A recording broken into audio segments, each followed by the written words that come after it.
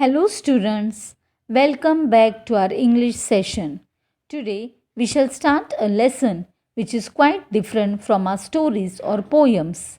It is a lesson related with the natural events that occur. So, let us start our lesson Ene Krakatoa. This lesson is about a volcano, types of volcanoes, and its eruption. So let us begin with the first paragraph. Children, please keep your textbooks open. Krakatoa is an island in the Sunda Strait between Java and Sumatra in Indonesia. It is known for its volcano which erupts regularly. Erupts means appears. So, children, the first paragraph is the introductory paragraph. It tells us that Krakatoa is an island. Now, what is an island? An island means a land surrounded by water on all the four sides. Now, where is this island situated? It is situated in the Sunda Strait between Java and Sumatra in Indonesia. And it is famous for its volcanoes which appear regularly. Now, let us understand what exactly a volcano is.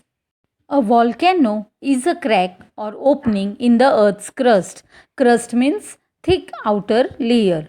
There is a hot molten rock near the earth's center. Molten means melted rock. Sometimes it rises to the surface of the earth through such a crack or opening and flows out. When this happens, we say that the volcano has erupted. So, children, a volcano is a crack or opening in the earth's crust. There is a hot rock near the earth's center, and this reaches to the earth's surface and flows out. This is how a volcano erupts. Now, moving ahead to the next paragraph. A volcanic eruption happens on a tremendous scale. Tremendous means large scale. Thick dark clouds of smoke rise high from the opening and spread in the sky. Big glowing burning chunks means a piece of mass of rock, and red hot lava are thrown out of the crack in the earth. Very hot mud and ash are also thrown out. A great volcanic eruption can change the landforms in an area. So, children, let us now come to know about the changes that take place after a volcanic eruption. So, what happens, children? Thick smoke comes out from the opening and it spreads in the sky. Big burning pieces of rocks and the red hot lava are thrown out of the crack along with the hot mud and the ash. Now let us study the types of volcanoes. Volcanoes are popularly classified into three main categories. First is the active volcano. Active volcanoes erupt regularly, that means they occur regularly. Second is the dormant volcano. Dormant means temporarily inactive or in a deep sleep. We find information about the eruptions of these volcanoes in history, but now they are quiet. Next is the extinct volcanoes. Extinct means which are not existing. Geographers, that means specialized people in geography, can guess by looking at the rock formation that they used to erupt long ago. But there is no record of it in history. An extinct volcano is unlikely to erupt again. Now, moving ahead to the next paragraph. Krakatoa is an active volcano. It has erupted, that means it has appeared many times, causing great disasters, that means causing great damage. The worst of the eruptions took place in August 1883. The volcano erupted with such a loud boom means sound, that it was heard more than 3,500 kilometers away in Australia. It is believed to be the loudest sound that man has ever heard. The island, which was a volcanic mountain, collapsed. Collapse means to fall down on itself. The dust that was thrown up in the eruption rose to about 80 kilometers in the sky.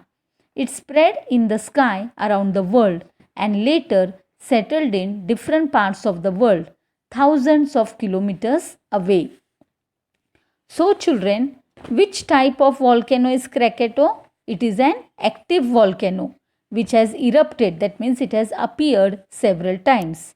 Not only this, but it also caused a great damage, and the worst of it was in August 1883. Now, this volcano was a very loud one which could be heard more than 3,500 kilometers away in Australia. The island, that is a volcanic mountain, fell on itself. The dust that was thrown up rose to almost 80 kilometers high up in the sky. It spread to the different parts of the world. Let us now see what happened due to the eruption. The eruption caused giant waves or tsunamis. Tsunamis means large waves in the sea near the island. About 165 villages and towns were destroyed due to the eruption and the tsunamis. The eruption destroyed two-thirds of the island of Krakatoa. It collapsed beneath the surface of the sea, creating a huge underwater volcanic crater or hole. Crater means a bowl-shaped hole in the ground. The hole was more than 6 kilometers wide. Thus, in 1927, a plume of smoke, that means smoke and dust, rose out of the water on the crater. It was followed by another eruption. A few days later, a new island, volcano, broke water. How did it happen? So, the eruption caused tsunamis, that means large sea waves near the island. Now, it destroyed almost 165 villages and towns. It also destroyed two-thirds of the island of Krakatoa. It fell under the surface of the sea, which created a hole, and it was a very wide hole. And in 1927, the smoke rised up from the water, leading to another eruption, which further gave rise to a new island. Now, coming to the next paragraph. When the underwater volcano threw up ash and rock, it was quickly taken away by the sea water. But then the lava started flowing out of the crater. Crater means the hole, faster. Now, this volcanic material was not all taken away by the waves, and a new mountain began to grow. It kept growing and was soon seen above the water. Thus, a new island grew from the old island of Krakatoa. It was named Anak Krakatoa, or the child of Krakatoa. So, children, we saw that a new island volcano was created, and this volcano threw up all the ash and rock which was taken away by the seawater. But what happened after that? The lava started flowing fast. Now, all this volcanic material was not taken by the waves, and so a new mountain was formed. It kept growing. As a result, what happened? A new island developed from the old island, which was known as the child of Krakatoa. Now, moving ahead to the next paragraph. Anak Krakatoa is still an active volcano. Eruptions have begun again since 1994. It lies quiet for a few days, and then again there are eruptions. With more lava flowing out, the island is still growing bigger. Since 1950, the island has grown at an average rate of 5 inches per week. A part of the old island known as Rakata is still visible in the sea, means we can still see it in the sea, a little away from the new arrival Anak Krakatoa. So, children, Anak Krakatoa is an active volcano. It is quiet for a few days, and then again there are eruptions. And because of the lava, the island is becoming bigger. It grew about 5 inches per week. Rakata, a part of the old island, can be seen in the sea. Now let us move to the next paragraph. After Krakatoa's eruption in 1883, all the surrounding islands and coast were covered with hot ash. No life remained. When a scientist visited it in 1884, he found just one spider there. But the living world on Rakata was not lost and gone forever. The wind and the sea brought seeds of plants to the island. Some seeds came with the birds who flew over the island. Plants and animals that live in the sea came to the coast again. Small land animals like ants, termite means a small insect which eats wood, or even rats and lizards traveled to the island on plants floating in the sea. One edge of the island was soon teeming with plants and animals. Teeming means was full of plants and animals.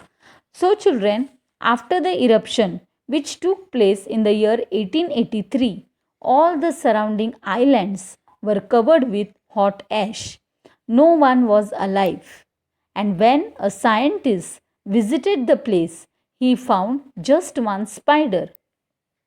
But later on, the wind and the sea brought the seeds of the plants back to the island. A new life began to dwell on the island. Many plants and animals like ants, lizards, and rats came floating to the island. So, once again, the island was full of plants and animals. Now, let us move ahead to the concluding paragraph of the lesson. It was like a laboratory where scientists can see how living things slowly develop in an area. Today, scientists can observe this also in a part of Krakatoa, which does not get covered with volcanic ash. The western coast of Java was greatly affected by Krakatoa's eruption. Very few human beings were left there, but the wild animals and plants in that area grew in number again. In fact, the wildlife grew naturally since there were no human beings to interfere with it. There was no one there to cut the trees or kill the animals. So, this region became rich in wildlife. So, children, it proved to be a laboratory for the scientists where they could see the living things developing slowly. The western coast of Java was also affected by the Krakatoa's eruption. The wild animals and plants began to survive since there was no human being to destroy them, that is, to cut the trees or to kill the animals. So, once again, this region turned out to be rich in wildlife. So, children, I hope you all have understood this lesson. So, for homework, you have to read the lesson carefully and please write down all the spellings in our notebook. Thank you.